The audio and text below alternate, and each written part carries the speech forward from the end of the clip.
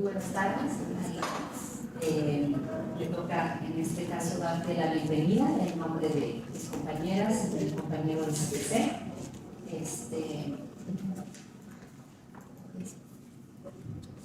Y en primer lugar, felicitarte por haber llegado ya a esta etapa del proceso. En primer lugar, voy a comentarte, Aida, cómo va a estructurarse la primera parte de esta sesión, que es la entrevista, ¿sí?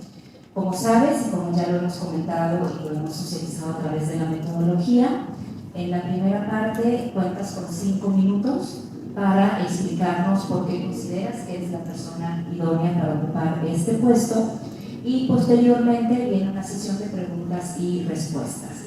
Esa sesión más o menos va a tardar como 40 minutos y es muy importante que consideres que para cada pregunta tienes un máximo de 5 minutos para contestarlas.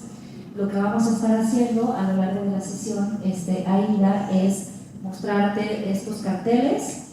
Mi compañera Carolina, en el momento en que te falte un minuto, te va a mostrar el papel amarillo y cuando ya tengas que concluir, el papel rojo. ¿De acuerdo? Ok. Entonces aquí está tu micrófono para que la grabación y todo sea muy claro, y adelante, puedes comenzar.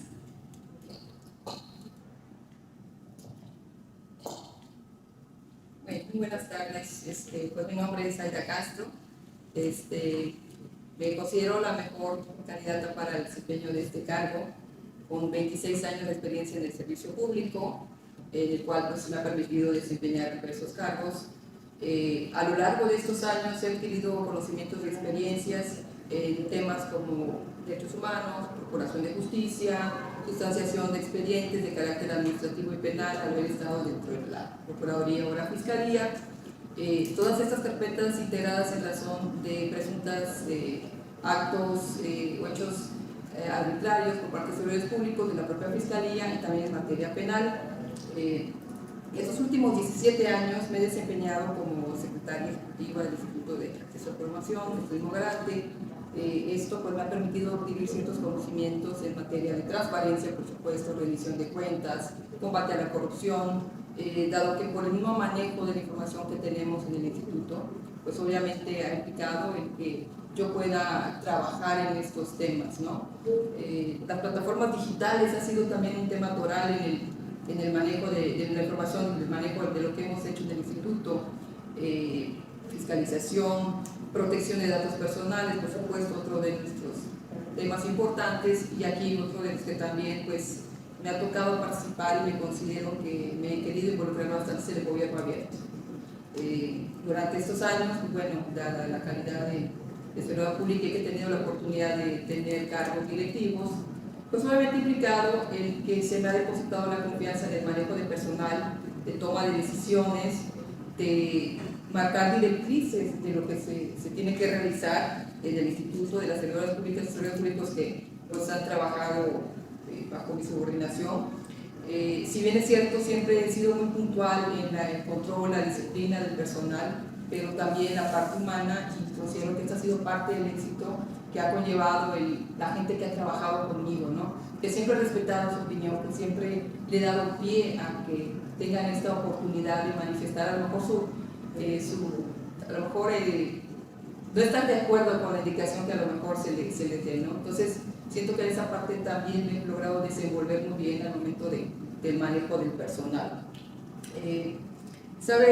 Cabe señalar que durante los temas orales del instituto, pues obviamente está el de la corrupción, como ha sido inclusive el instrumento de la instrumentación de mecanismos digitales que han abonado al combate a la corrupción, al combate a la opacidad, y a la rendición de cuentas. Voy a hacer referencia en este caso a un micrositio que de hecho se trabajó por parte del organismo Garante, que fue en el 2020 a razón del COVID, que fue el micrositio COVID. Recuerdo que en ese entonces, el entonces comisionado presidente, de la sesión Zoom, me dice, oye, vamos a trabajar en esto, y esta propuesta que se pretende implementar. Dado que la Dirección de Tecnologías de Información está a mi cargo como secretaria ejecutiva, pues obviamente esto conllevaba pues, realizar estas reuniones de trabajo, ¿no? recuerdo muy bien que me senté con ellos y decíamos, bueno, ¿qué podemos plantear para este micrositio? ¿Qué nos interesa saber, no? Obviamente el trabajo ya luego implicó elaborar y sí fue muy nutrido. Lo que al final resultó ser este micrositio, como creo que ustedes lo tienen claro, fue un parteaguas, fue el primero en el país. Quintana Roo fue pionero en el tema de esta plataforma, ¿no? De ahí, pues obviamente le seguimos abonando al tema de la transparencia y la cuestión de los recursos públicos. Y bueno, otro de los ejercicios importantes que tuvimos en este acercamiento fue el micrositio de observatorio electoral, que también fue un gran alcance que logramos. La política de gobierno abierto ha sido un elemento importante en la formación, dado que a través de él hemos logrado impulsar muchos mecanismos. Estado abierto, los ayuntamientos o ayuntamientos abiertos, que también fuimos el primero en firmarlo en el país. Hemos firmado también el Parlamento Abierto, esta firma de cooperación para la política de justicia abierta. En este año, hace unos meses, trabajé en un programa a nivel nacional que fuimos invitados por el INAI y me dieron la oportunidad de ser el enlace en lo que denominamos sociedades abiertas. Fue un tema, la verdad, muy interesante, porque desde sociedades abiertas le enfocamos a jóvenes universitarios. Ellos eran quienes tenían la voz, quienes decían qué queremos, cómo nos interesa, y bueno, fue una buena herramienta. Me quedé un poquito corta, perdón, pero espero poder en el siguiente de la entrevista completar la información que traía también. Claro que sí, muchas gracias, Aida. Entonces, como le indica la metodología, ahorita vamos a pasar al planteamiento de las preguntas. Comentarte que hay una serie de preguntas que vamos a formularte por parte del CTC, quienes llevamos a cabo este proceso, y hay también una pregunta ciudadana que tú las vas a sacar de esta canastita, la que tú quieras. Es una pregunta al azar de personas que nos han hecho llegar propuestas de preguntas. Y también vamos a comentarte que tenemos 5 minutos para dar respuesta a cada una de ellas. En primer lugar, primera pregunta. Debido a que para el funcionamiento del sistema anticorrupción es clave la coordinación interinstitucional y con base en las facultades de la Secretaría Ejecutiva del Sistema Anticorrupción del Estado de Quintana Roo, ¿cuál es su propuesta concreta para fortalecer la coordinación al interior del Sistema Anticorrupción del Estado de Quintana Roo? Sí, mire, sí considero que hay retos que se están enfrentando en este tema. La Secretaría Ejecutiva del Sistema obviamente cuenta un papel preponderante en esto. Desde mi punto de vista hay todavía mucho por hacer, no se están todavía logrando concretar. Me preocupa particularmente con el plan de implementación, que veo que a corto plazo tenemos al 2024 para cumplir muchas de esas metas y no lo hemos logrado. Hay un tema por ahí electoral que para mi punto de vista hay que impulsar fuertemente, y es el de la plataforma digital, y uno de sus propios mecanismos, que es el de la denuncia. La denuncia ciudadana se me hace un mecanismo que ya debería estar siendo impulsado desde el propio comité coordinador del sistema estatal, el comité estatal anticorrupción, porque es una forma en la que vamos a lograr tener este acercamiento con la sociedad. No perdamos de vista que ahí es donde para mí, porque ha sido mi experiencia, que la sociedad es quien baja las pautas para lo que se trabaja en cualquier institución. Lo digo por experiencia porque también me ha tocado estar como sociedad demandante cosas. Entonces, para mi punto de vista, sería uno de los primeros puntos. Las cuestiones plataformas, las plataformas digitales, son cuestiones que le han abonado mucho al tema de la transparencia, de la rendición de cuentas, dado el tema de la PNT, que también es una experiencia que ya vimos que sí da resultados. Se ha logrado mucho avance en materia de anticorrupción con esta plataforma, y creo que sería uno de los puntos orales con los que yo iniciaría el impulsar el trabajo. Obviamente me gustaría mucho trabajar la parte de la certificación. Yo soy certificadora, soy evaluadora, entonces mi certificación como evaluadora me permite trabajar en estándares de competencia. Yo puedo certificar titulares, dado mi estándar 076, y particularmente hay uno que sé que ahorita estamos trabajando con el de OSS, ya vi que el proceso va muy bien, pero hay un estándar a nivel nacional que es el 500, que va dirigido al combate de la corrupción. Está dirigido solamente ahorita a servidores públicos de la Administración Pública Federal, pero ese es un proyecto que a nivel estatal podemos aterrizar y podemos lograr que el servidor público se comprometa. ¿Por qué? Porque los códigos de ética también es lo que veía de la mano de ese proyecto, para lograr certificaciones y que desde el sistema estatal anticorrupción lográramos que el ciudadano se comprometa más allá. Porque esas son dos partes importantes: comprometer a la sociedad a que trabaje y lograr que también a través de plataformas digitales y de la profesionalización del servidor público logremos pues, realmente un avance en el tema, ¿no? De ahí otro de los temas que también considero son importantes es que estos mecanismos o estos planteamientos que se han tenido para evitar la detención, para evitar la prevención del delito, también ha estado un poquito sesgado. Si me pongo como sociedad, no encuentro muchos resultados. Y realmente es donde creo que, estando de este lado, pues puedo lograr impulsarlo, puedo lograr que la sociedad voltee y diga, bueno, sí veo resultados, sí veo que realmente se está trabajando en este tema. Entonces, creo que por ahí va a ser, porque para mí el tema del gobierno abierto ha sido como que muy importante, y como sabemos, es el centro, la sociedad es el centro a través del que se mueve todo esto. Entonces, todos esos mecanismos tenemos que moverlos en razón de lograr que ellos realmente reciban estos insumos que los creo que los podemos dar a través de este sistema. Muchas gracias. Muchas gracias, Aida. La siguiente pregunta es la que te planteé. ¿Cuál es su valoración crítica sobre el nivel de implementación de la política anticorrupción del Estado, su programa de implementación y sus proyectos emblemáticos? Bien, pues retomo lo que hace un momento decía.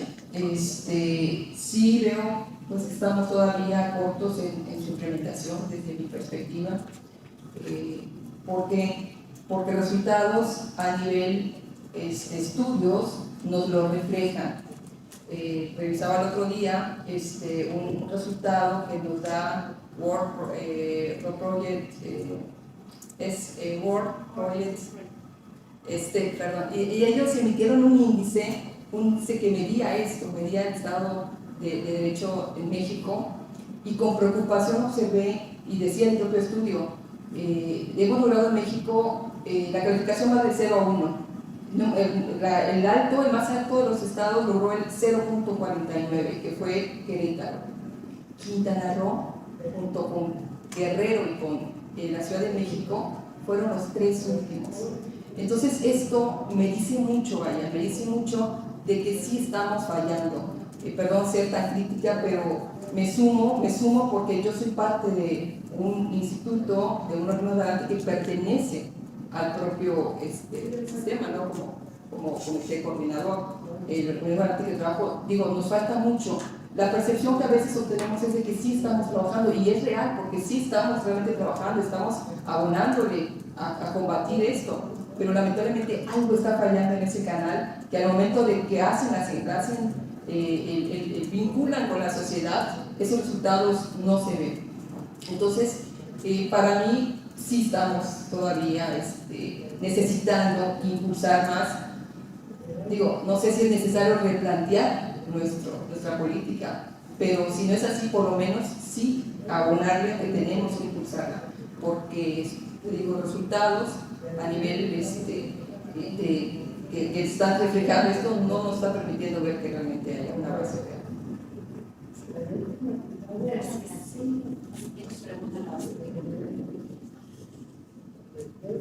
Bueno, hola, ya, pues bienvenida nuevamente. Me tocará hacerte la siguiente pregunta, y va en ese sentido.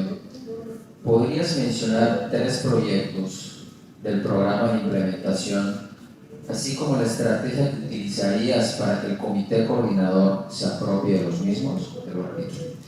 3 proyectos que están considerados en el programa de implementación, y cuál sería tu estrategia para que el comité coordinador se apropie de ellos? Gracias.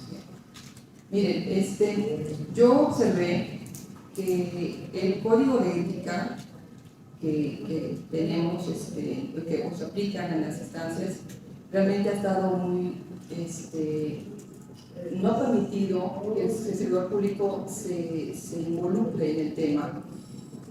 Empezamos desde muchos aspectos, inclusive la cuestión de la perspectiva de género, del lenguaje incluyente. Apenas ahorita veo que ya hicieron el código de ética con este lenguaje incluyente. Yo empezaría por eso. No hemos logrado la prevención. La prevención es el punto en el que sí impulsaría mecanismos que conlleven a esto, a que podamos, a través de la profesionalidad del sector público, la certificación que mencionaba, la verdad le abono mucho a esto, a la certificación, a la implementación de un código de conducta. En el tema de plataformas digitales, el mecanismo de denuncia que carecemos actualmente de él. He revisado algunas plataformas como el de la Secretaría de la Función Pública y realmente es un instrumento muy completo, me gustó, te lleva de la mano al momento de interponer una denuncia, te da una gráfica de todos los supuestos que tú como ciudadano puedes denunciar. Entonces, este lenguaje ciudadano sería el que yo incluiría en estas propuestas de mejoras, porque entiendo que de ahí vamos a partir para lograr mejoras. El tema de gobierno abierto, que es otro de los que considero tenemos que impulsar también desde nuestro, probablemente está propiamente en nuestra política y de ahí las estrategias que nos marca la propia ley. Aquí hay un aspecto que considero que le ha faltado y es la concertación, la firma de convenios. Advertí que otras entidades, otros sistemas estatales anticorrupción han firmado convenios de colaboración con instituciones a efecto de impulsar. Uno muy importante son los municipios. Los municipios tienen ahorita lamento decirlo así, una deficiente compromiso con los mecanismos anticorrupción. Creo que a través de ellos y a través del propio PAM que hay, ¿no? que es este mecanismo de anticorrupción municipal, podemos implementar estos mesas de trabajo con ellos a efecto de crear al interior de cada municipio políticas importantes para combatirla. Ese sería uno de los elementos que considero por ahí le podemos abonar mucho al sistema. O sea, le podemos implementar mucho a que combatamos esta opacidad le abonemos a la anticorrupción por parte de las instancias municipales, porque ahí en los propios resultados que se obtienen se advierten que sí ha existido poco de opacidad. Obviamente la ciudadanía es inconformado por respuestas que dan al momento de acceder a la información pública que ellos publican. Entonces, es lo que yo más conozco en cuanto al tema de transparencia, y ahí sí la tengo claro, de que nos enfrentamos a recursos de revisión en la que no están contestando solicitudes de información, y esto que nos genera obviamente esa opacidad, esa desconfianza ciudadana. Entonces, los convenios de colaboración sería otro factor que yo considero impulsaría bastante en el tema. Gracias. Muchas gracias. Siguiente pregunta. Aida, como secretaria técnica, ¿cuál es el rol que consideras debe asumir el CPC en el desarrollo de los proyectos, que sean de inicio o continuidad, previstos en la política anticorrupción y en el programa de implementación? Como secretaria.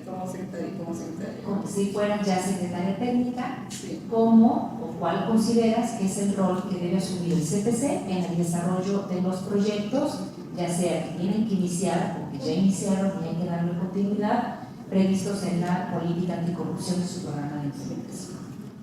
Bien, bueno, finalmente como comité ejecutivo, que es quien genera los insumos que llegan al sistema estatal, y ahí es donde el secretario técnico, la secretaria técnica ejecutiva, ¿no?, es quien impulsa estos.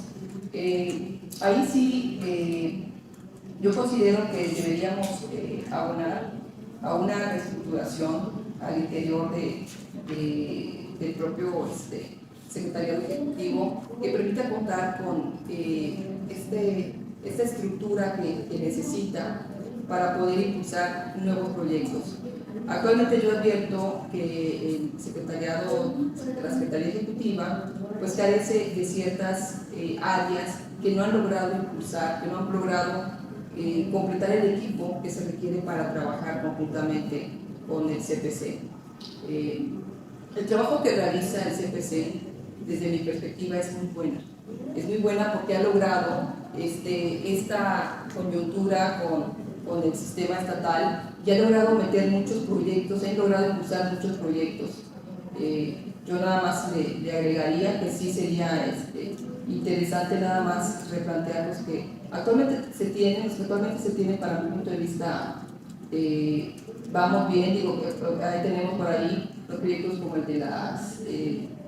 vi uno que me llamó mucho la atención, del dicho al hecho, que veo que son proyectos que se han estado impulsando y digo, esos son los que están llamando la atención, esos como ciudadanos nos llaman la atención y considero que por ahí podemos abonarle más a ese tipo de proyectos ciudadanos que como Secretaría Ejecutiva sí sería lo que yo le abonaría, ¿no? A impulsar proyectos de ese tipo en los cuales la ciudadanía pues obviamente tenga este panorama completo del trabajo que hace el CPC, porque honestamente a veces dicen, bueno, ¿qué hacen, no? O sea, se cuestionan exactamente a qué le abonan.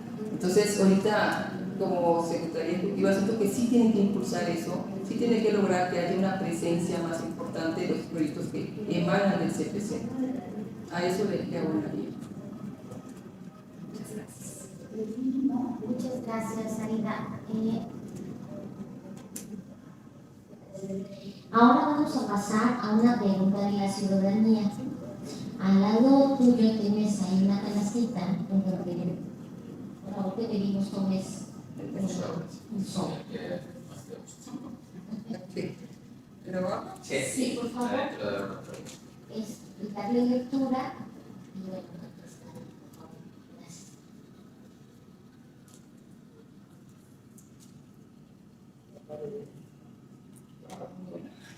¿Crees que la corrupción se puede erradicar por completo en el mundo? En el mundo sí me suena un poquito ambicioso.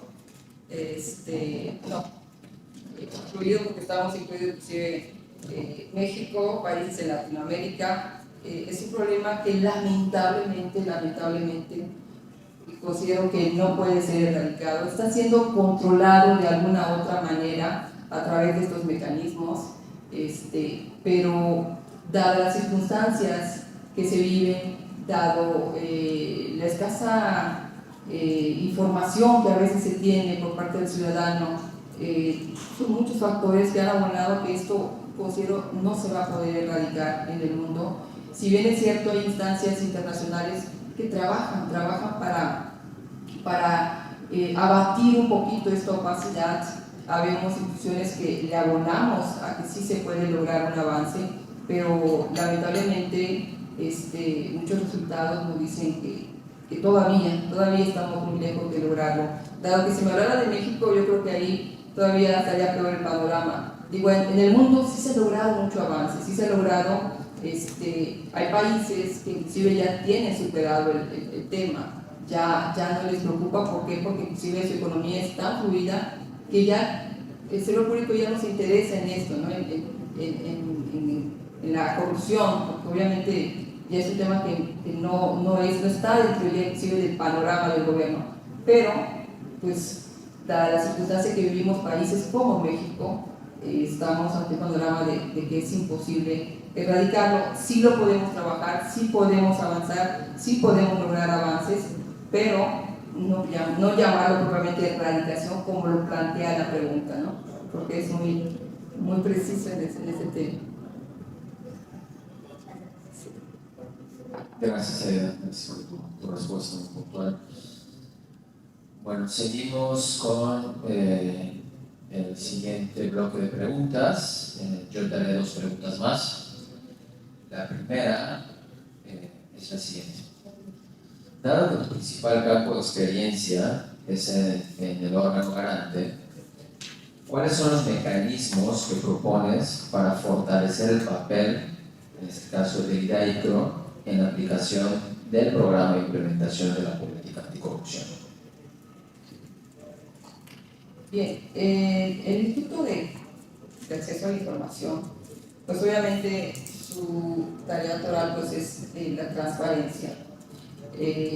Efectivamente, pues el Instituto, si bien es cierto estamos haciendo un trabajo importante en el tema, estamos verificando con una forma mucho más puntual las obligaciones de transparencia. Sin embargo, tenemos cortadas las alas en el tema de las sanciones. No tenemos manera de sancionar. Lo único que podemos hacer es emitir medidas de apremio, como lo denomina la propia ley, pero que eso, el servidor público cuando ve que le llega, a veces dicen, bueno, me sale más barato el aceptar una amonestación del instituto que soltar cierta información porque la opacidad ha sido grande. Entonces, ese factor es el que creo que es muy importante, la publicación de la información. La publicación de la información es necesaria porque a través de ello obviamente el ciudadano se siente acogido. Yo les he comentado a mis compañeros, bueno, cuando estamos en un sorteo de información, digo, ¿estás convencido de que la respuesta que estás liberando, si tú fueras el ciudadano, te convencerías, te estarías satisfecho con esa respuesta? Cuando yo la leo y les digo, ¿sabes qué? A mí no me satisface tu respuesta, hay que replantearla. El lenguaje ciudadano es muy importante al momento de entregar una información. Yo lo puedo sustentar en toda la normatividad que me regula, a lo mejor que yo tengo que reservar la información o reservarla o clasificarla porque es confidencial, porque tiene datos personales, pero eso el ciudadano no lo entiende y luego recurre a la respuesta y me dice, no, tú no me quieres contestar. Entonces, al momento de explicarle por qué estoy clasificando la información, si fuera el supuesto, le tengo que decir, no porque el artículo tal establece y cae en este supuesto, no, vamos a explicárselo, les digo, de una manera muy ciudadana, que él entienda por qué no puedo liberar esa información o por qué todavía no es el momento de liberarla. Entonces, esta propuesta de que el organismo garante tenga esa fuerza al momento de emitir sus determinaciones, de ser positivo al momento de que el servidor público entienda de que tienen que esmerarse más en la información que proporciona a la ciudadanía, creo que sería lo que yo le pediría para esta pregunta, ¿no? Esa parte de la publicación de la información es muy importante, porque hasta inclusive me conlleva que no me van a hacer solicitudes. ¿Por qué? Porque todo lo voy a encontrar publicado. Yo les digo, bueno, publiquemos inclusive de manera proactiva lo que la ley no me dice que tengo que publicar, porque con esto voy a lograr que la ciudadanía entre, consulte la información y obviamente se dé por satisfecha con lo que está encontrando ahí publicado. Entonces esto le abona mucho al tema. Gracias, Aida. Y la última pregunta de este bloque. En caso de ser elegida secretaria técnica, ¿cuáles potenciales conflictos de interés identificas y cómo los gestionarías? Bien, bueno, en este tema realmente nos hemos enfrentado con diversos casos en los que existe este conflicto de interés.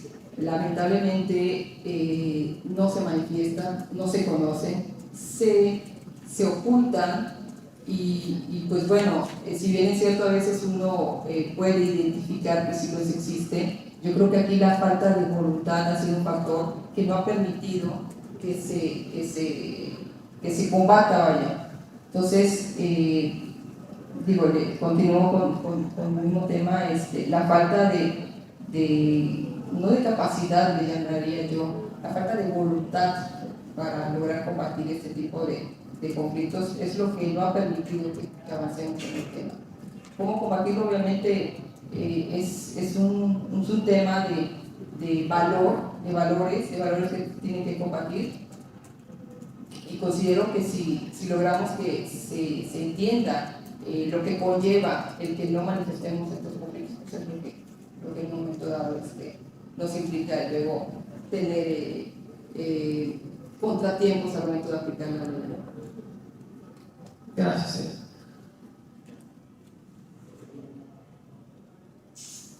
Muchas gracias, Aida. Con esto agotamos la primera parte de esta sesión, que fueron las preguntas de entrevista, y ahora pasaremos a la segunda parte, que es la resolución de un caso práctico. Te contamos cómo va a ser la dinámica para esta parte. Tú vas a tomar de esta bolsa, ahorita, bueno, un segundito, vas a tomar igual una hojita al azar. Aquí hay una serie de casos que plantean situaciones prácticas, y vas a tener un tiempo de 15 minutos para hacer una respuesta y hacer una exposición acerca de cómo resolverías esta situación. Estos 15 minutos tú los puedes utilizar como tú desees, si quieres tomarte unos minutos para organizar ideas, para hacer notas, pero el tema es que ya toda la resolución tiene que caber, digamos, en este plazo de 15 minutos, que lo vamos a contabilizar luego de que lo tomes, le des lectura, y a partir de ahí comenzamos a contar con La lectura es en voz alta, ¿no? Es correcto, sí. Correcto.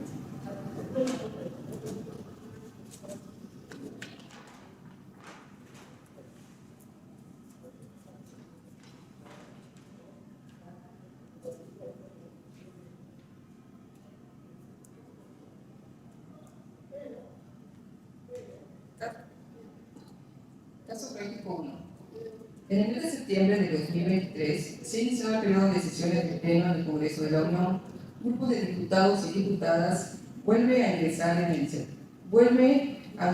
la iniciativa de ley que tiene por objeto suprimir la Secretaría Ejecutiva del Sistema Nacional Anticorrupción, actualmente organismo descentralizado, para encomendar sus funciones a la Secretaría de la Función Pública. Existe la amenaza real de que diputados de la 17ª legislatura del Congreso del Estado de Nuevo ingresen a iniciativas similares del Estado. ¿Qué acciones emprenderías?